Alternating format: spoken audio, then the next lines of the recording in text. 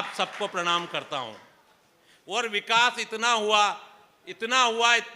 कि इस गांव की महिलाएं भी विकास में कम नहीं रही। हमारी बहन संगीता नाग जी पूरे देश में अपनी कविताओं के माध्यम से इस गांव का नाम परचम गाड़ रही है, इस गांव का नाम रोशन कर रही है।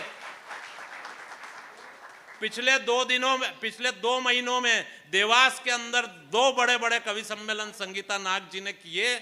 और आप वीडियो देखना मित्रों, यूट्यूब पे उनके आने वाले हैं। उस वीडियो में आप देखेंगे उनकी कविताओं को इतना सराहा गया, लोग श्रोताओं ने इतना चाहा गया, इतनी तालियां बजी कि आपके इस अवंतीपुर बड़ौदिया का नाम रोशन हो गया। लोगों ने जाना कि ये महिला अवंतीपुर बड़ौदिया से आई है। और अगर ये कोई महिला अपने घर से निकलकर रोटी सब्जी दाल चूल्हे से निकलकर कविता के क्षेत्र में तरक्की करती है, विकास करती है, तो उसमें सबसे पहला योगदान होता है उसके घर वालों का, उनके पति का, उनकी सास का, उनके जेठ का, उनके देवर का और उस गांव के सारे गांव वालों का, कि वो अपने घर की बहू बेटी को इतना बढ़ाते हैं, कोई रोक नहीं लगाते।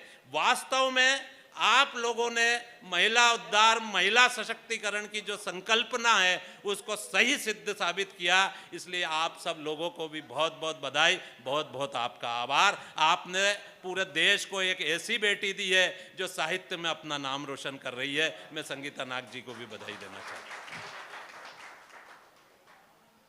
तो साहब आइए इस कवि सम्मेलन की शुरुआत करते हैं, इस कवि सम्मेलन का आगाज करते हैं। और जैसा कि आप सब लोग जानते हैं कि कवि सम्मेलन का आगाज करने के लिए एक परंपरा होती है। हम माँ सरस्वती का आह्वान करते हैं, भगवान गणेश जी का आह्वान करते हैं। माँ सरस्वती का आह्वान करने के लिए माँ सरस्वती की एक वरद पुत्री जो कि हरदा से हमारे बीच यहाँ पर पधारी है, उनका नाम होता है ज्योति जलज। जलज का अर्थ होता है कमल, कमल का अर्थ होता है पंकज। एक ज्योति जो कि कमल के रूप में पूरे देश में अब कविता की अलग जगा रही है। मैं उन्हें यहाँ आमंत्रित करता हूँ, वो आए और माँ सरस्वती की वंदना के साथ आज के इस कार्यक्रम की शुरुआत करें। ज्योति जलज।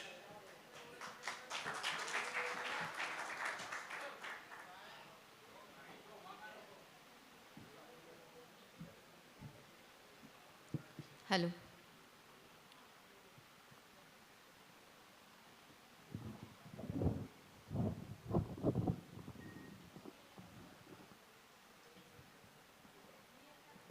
हेलो। अवंतीपुर बड़ौदिया के इस पावन धरा को नमन करती हूँ।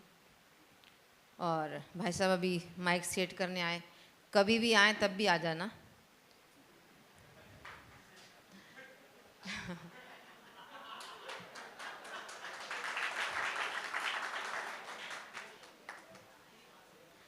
अच्छा, इधर तो ट्यूबलाइट वैसे बहुत चकमक है, लेकिन यहाँ तो अभी ट्यूबलाइट उठा ही नहीं, इनको समझ ही नहीं पड़ा कि मैंने क्या बोल दिया। कोई बात नहीं, इनको कल भी समझ में आए। और अगर आपको फ़ोन लगा के पूछे तो आप सहायता कर देना। माँ शारदे का पूजन अर्चन और इसमें मेरी आहुति का आपके समक्ष में अपनी आहुति दे रही हूँ। अगर कहीं आपके दिलो दिमाग पर पहुँचे तो अवगत कराइएगा और तालियों से सूचित करिएगा और वहीं से आशीष दीजिएगा, मंच पर नहीं आना। वरना कई बार ऐसा होता है, मंच पर आ जाते हैं आशीष देने। आप सभी को प्रणाम करती हूँ और आप तक अपनी बात पहुँचाती हूँ। हे रचना की देवी, उद्गार जगा जाओ, इस मन के मंदिर को साकार बना जाओ। तुम ही मेरा चिंतन और तुम ही मेरी कविता। तुम गीतों का सागर, रस छंदों की सरिता, मुझको भी शब्दों का अधिकार जता जाओ, मुझको भी शब्दों का अधिकार जता जाओ।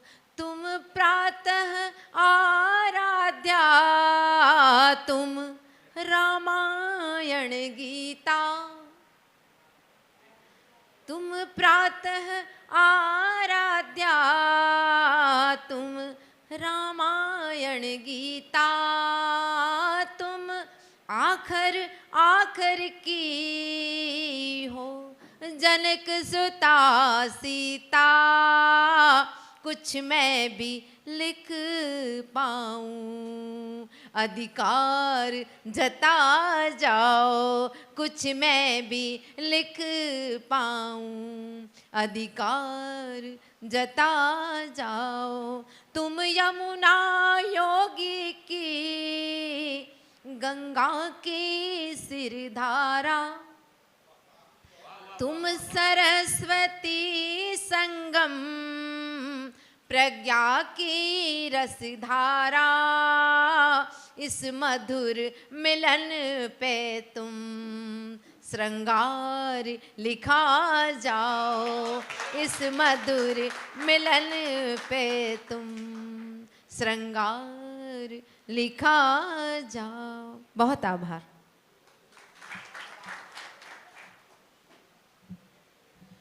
बहुत अच्छी पंक्तियाँ ज्योति जलद जी की।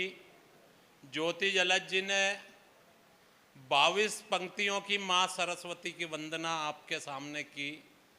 मैं मात्र 2 पंक्तियों की माँ की वंदना आपके सामने रखना चाहता हूँ,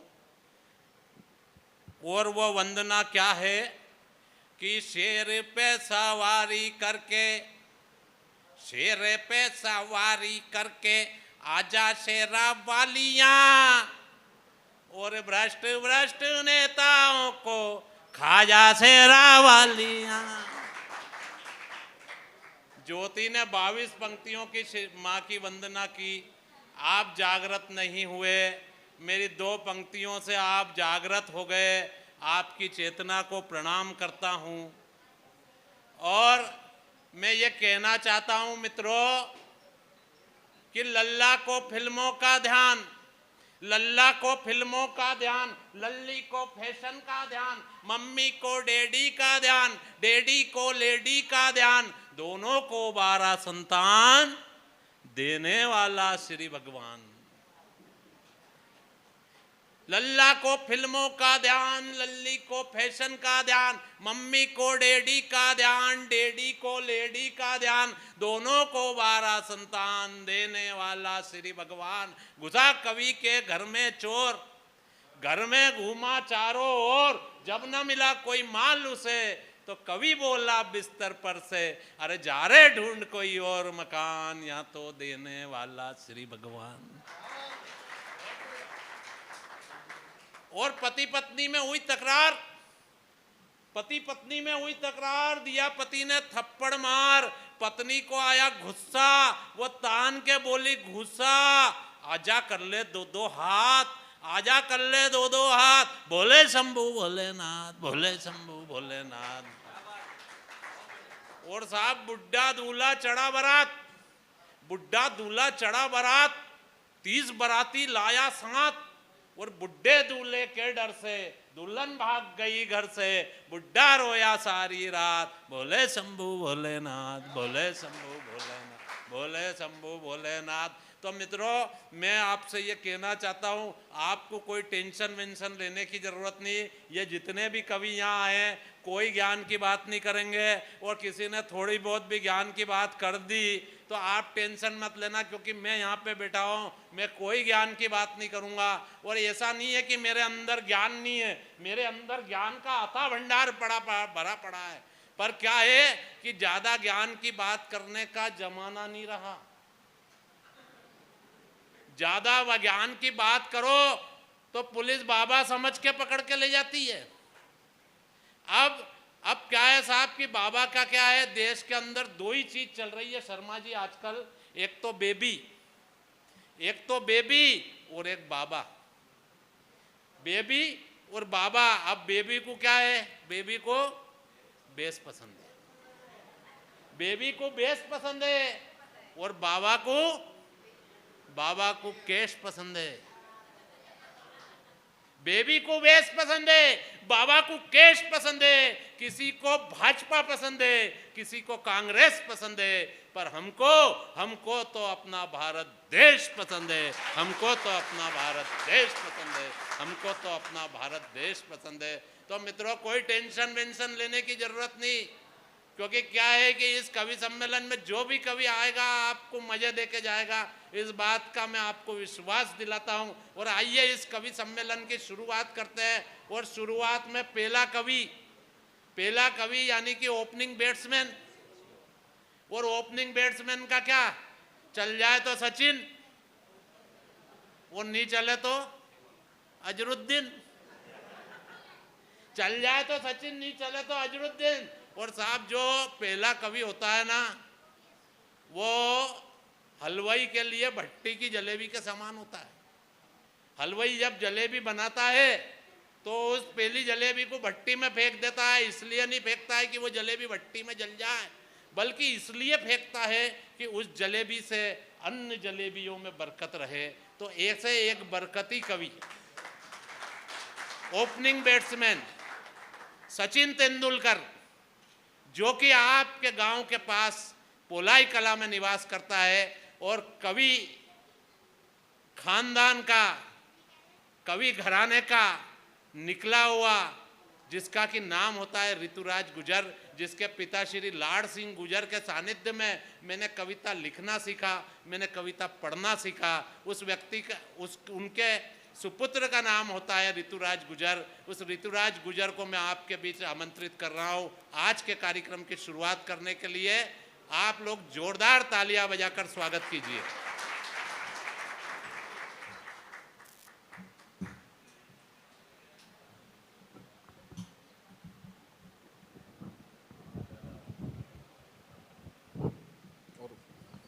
और ऊपर कर लो, ऊपर उतना ही रखना।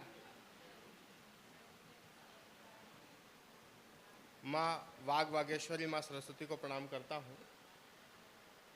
अपने पिता स्वर्गीय लाड़ सिंह जी गुर्जर की स्मृतियों को लेकर मैं हिंदी कवि सम्मेलन के मंचों पर चलने का प्रयास करता हूँ। बहुत ही समृद्ध मंच है। गीत ऋषि आदरणीय रमेश जी शर्मा हमारे बीच में चित्तौड़ की धरती से यहाँ पधारे हैं। हम उनका इस मालवा की धरती पर हार्दिक स्वागत करते हैं, अभिनंदन करते हैं। और चार पंक्तियों से आपसे जुड़ने का प्रयास करता हूँ। अभी हमारे भाई साहब पंकज जी सबको प्रणाम कर रहे थे, मैं इस काले टोपी वाले लाबरिया भेरू को प्रणाम करता हूँ। हाँ, थोड़ी जोरदार बजा दो, बने कोई शर्म की बात नहीं है।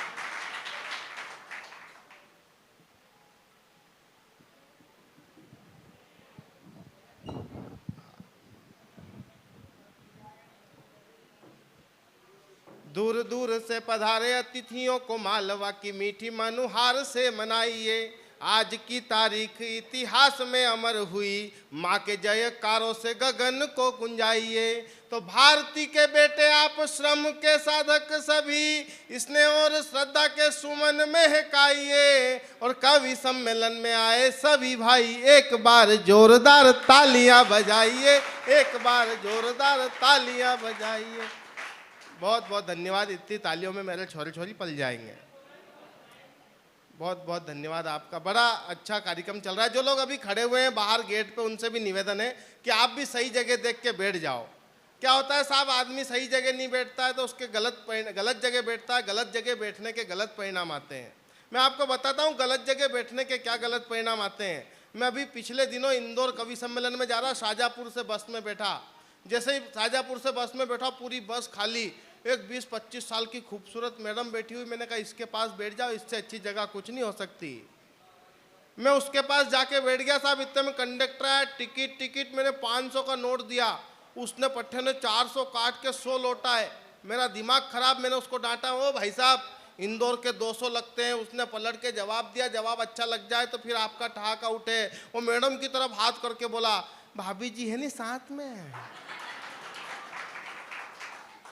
अरे मैंने कि भाभी जी नहीं है, जबरदस्ती क्यों टांग रहा है? इतने में वो मैडम बोल दी, बोले सर मेरे पास छुट्टे नहीं है, मैं आपको इंदौर उतर के दे दूंगी। मैंने कहा ठीक है, अपन आदमी पिघल जाता है। इतने में आगे आगे बस आगे गई, देवास आया तो वो आइसक्रीम वाला आ गया। आइसक्रीम आइसक्रीम, मैंने कहा गर्मी बहुत है, अपन आइसक्रीम खा लो। मैंने वो आइसक्रीम वाले को बोला भैया आइसक्रीम देना। पट्टे ने पहली आइसक्रीम मैडम को पकड़ाई। नहीं आप हंस रहे हो साहब, मेरा 500 का नोट सलट गया, पल्ले कुछ भी नहीं पड़ा। इसलिए कह रहा हूँ सही जगह देख के बैठ जाओ, गलत जगह बैठने के गलत परिणाम आते हैं। अच्छा एक बार और बता दूं, व्यक्ति को सही समय पर सही जगह बैठना बहुत जरूरी है। यदि व्यक्ति सही समय पर सही जगह नहीं बैठता है तो उसके भी गलत परिणाम आते हैं। एक 60 साल की डोकरी माँ बस में चढ़ी तो सब लोगों ने अपना अपना सामान फैला दिया, यहाँ मेरी बहन आ रही, यहाँ मेरा भाई आ रहा, यहाँ मेरा सामान रखा। किसी ने जगह नहीं दी तो कंडक्टर को दया आ गई, उसने उनको बोनट पे बिठा लिया। इतने में एक खूबसूरत 20-25 साल की मैडम चढ़ी बस में, तो सब लोगों ने अपना अपना सामान समेट लिया। आइए मैडम यहाँ बैठ जाइए, आइए मैडम यहाँ बैठ जाइए, आइए मैडम यहाँ बैठ जाइए। अब